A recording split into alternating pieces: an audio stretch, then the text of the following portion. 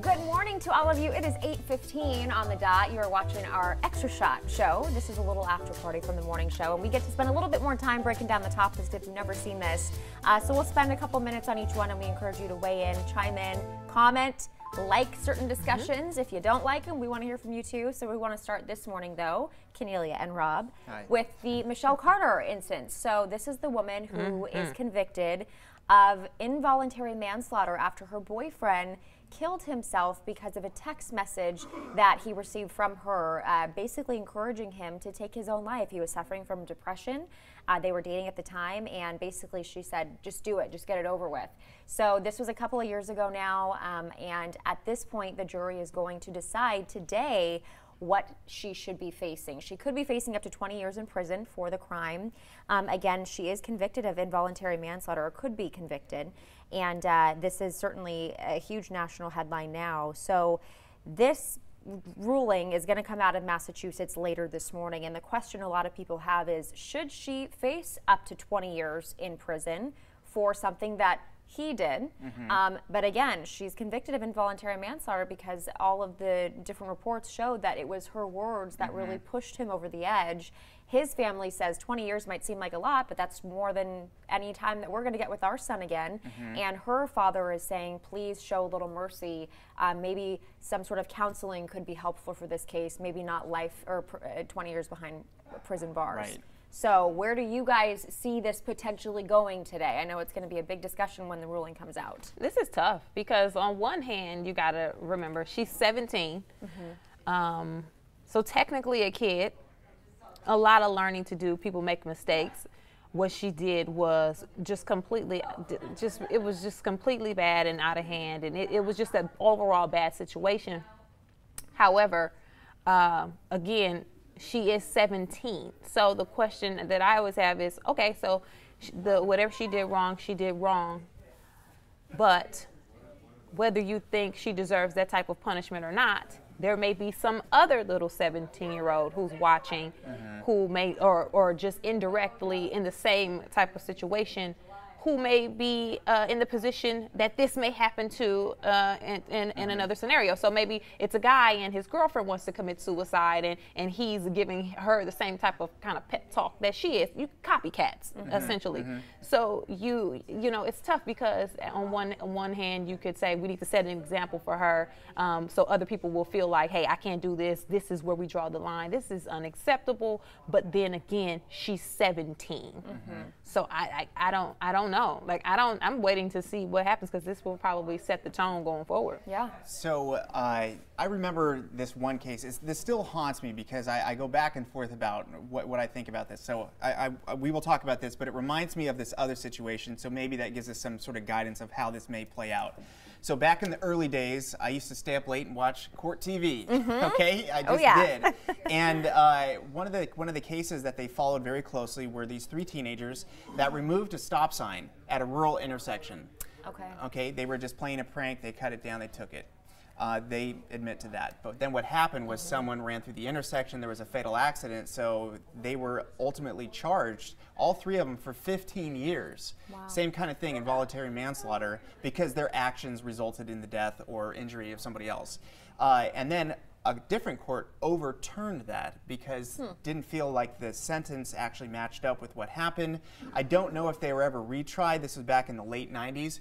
But it's interesting because can you be responsible for something that you did indirectly? I mean, she's sending text messages from far away, and you know, for example, removing those stop signs, that did not directly, but in a way it did, because without if the accident never would have happened if you didn't remove the stop sign, it's going to be probably more difficult to prove because, you know, the text message is sort of more indirect than removing a stop sign. But what I'm getting at is whatever the sentencing is today may still be looked at by another court down the road. So whatever happens today is not the end of the line for her and for this case, I think, going forward, because this is a tough one. It's going to be interpreted in wildly different directions by everybody who looks at it. And this is really the first of its kind when it comes to the use of virtually encouraging somebody to do something and then they do it and it results in death. I mean, this really is unprecedented. And so when you think about a court case and you think about other cases in the past,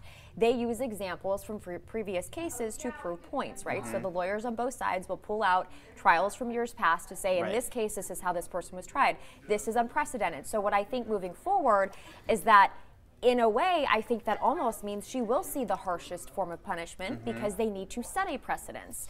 And again, this may or may not happen. It's just maybe, you know, my opinion is if they don't make it seem like this is really, really wrong to the younger generation out there, this kind of stuff happens all the time. Cyberbullying happens all the time. We see people going on different social apps trying to, they don't want to say it to your face, but they'll say it online, and it can really harm somebody's inside feelings. And we've seen many children take their own lives as a result of being harassed online. And so I could see it going that way. However, I also see the point that Kennelia is mentioning. She's young. Did she know the full scope of what her actions could have really done? Did she really believe that that was going to be the result of what she did? And to your point as well, was it directly the reason why? Was there other things going on with this man's or young teen's life before that this might have sent him over the edge, but were there other things he was dealing with, you know? So we got a couple of good comments too, really quickly. Lisa Renee Tidd said she should face prison time. She could have prevented it. Shame on her. Sharon Ann said if she killed, she's not a kid. And then Pamela, I'm sorry if I butcher your name. Y'all know I'm terrible with names. Plamadon, she said, I definitely think this girl needs counseling, but I also think that she needs to pay some kind of restitution for pushing this young man to take his life. So, and then Tom Brown says too harsh. So we're kind of split on this because, again, the question would be if this were someone who was maybe 36. You know what you were doing. You like you've had time to live. You've lived, You've seen different scenarios. You've been in scenarios yourself where you could use your best judgment and you know, hey, this ain't right. I've seen this before. I've heard something about it. Or as an adult or a grown woman, I just don't feel comfortable doing this. Let me intervene or do something different. When you're 17. That I think the age is going to be, I think that's the main discussion. Because once you're convicted of a crime, especially manslaughter, that stays on your record. You guys always talk about how I've been an entertainer, but my day job was in HR. If you have certain crimes on your record, you can't get jobs in certain fields.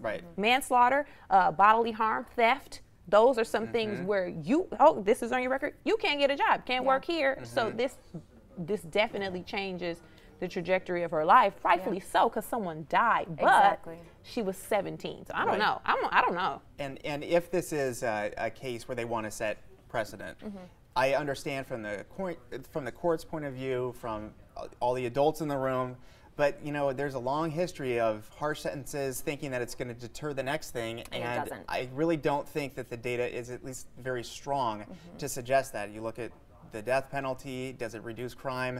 There's a lot of studies that say no, it does not, because a lot of these things are done in the moment. So to calculate, I'm about to send this text message, let me see what I could be in for if I send it. Then thinking about the punishment that you may encounter by doing the crime. I mean, it's just, the two are disconnected. Let's face it, we're people. We react to things often in a moment, and especially when you're young, you're definitely not thinking about everything that lies ahead. I mean, think about, again, every time I'm on this show, I say, you know, put yourself in her shoes.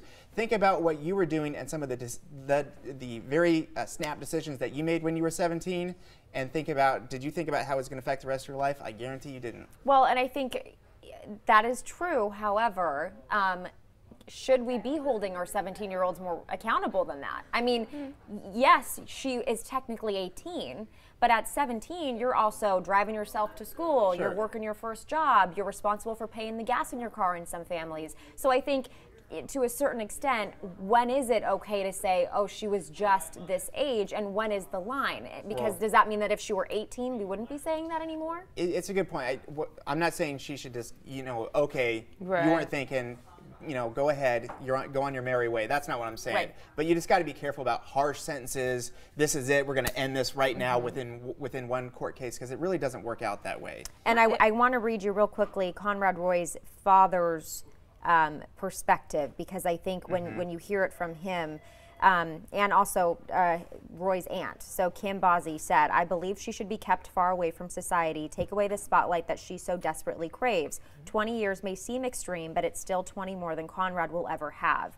And so is it a form of wanting attention? You know, kids with social media these days, posting everything from the Instagram drunk driving case that was up here in Northern California not long ago, where the sister recorded the whole incident on her Instagram page. I mean, is this a case of wanting attention, sending the message, being in the heat of the moment, not knowing the circumstances? But if you're going to be old enough to have one of these things in your hand, I think you got to have a little bit of responsibility for your actions too. I also too, especially with teenagers and having a niece, when kids act a certain way, now this isn't always the case, but sometimes it's not an isolated incident, meaning a lot of friends act the same. And a lot of groups of girls and guys are kind of similar in sort, or things become normal to them. So I'm wondering, and not saying that her crew of friends are just going around bullying people and doing this. However, when you get to the point where when you speak to someone who's depressed, or you're acting a certain way and it's so normal to you with such ease, I'm wondering, is this normal? Is this a certain type of behavior that's going around at their school or in their different social groups that needs to be looked at beyond this case? Because sometimes getting caught just means you're the one who got caught. You're the one who ended up in the bad spot. So should this now switch to, yes, we got to figure out her sentencing, and yes, she should pay for the crime and what that means to everyone. But now, are we looking at Katie and Keisha and her friends, that whole crew, to see, is this a trend in her high school and other high schools and with teenagers going forward? Yeah. That's a really good point. And real quickly, Michelle, I see your comment. She says, impulse. It was going on for weeks, not impulse. She knew what she was doing. She didn't want to get in trouble. She asked him to delete the messages. 20 years isn't enough. Yeah, see, there's a lot of facts of the case that I'm just not aware of. Yeah, so that adds to the discussion tremendously. Definitely. So thank And you. Crystal said, only reason she's sorry is that she knew, oh wait, it updated, is that she is getting in trouble and she can't just smile out of it. She did know what she was doing. Iris also chiming in saying she knew what she was doing, no excuse. So 20 years, good ruling for the punishment, or do you think more or less keep weighing in as we go to our next topic? Yeah.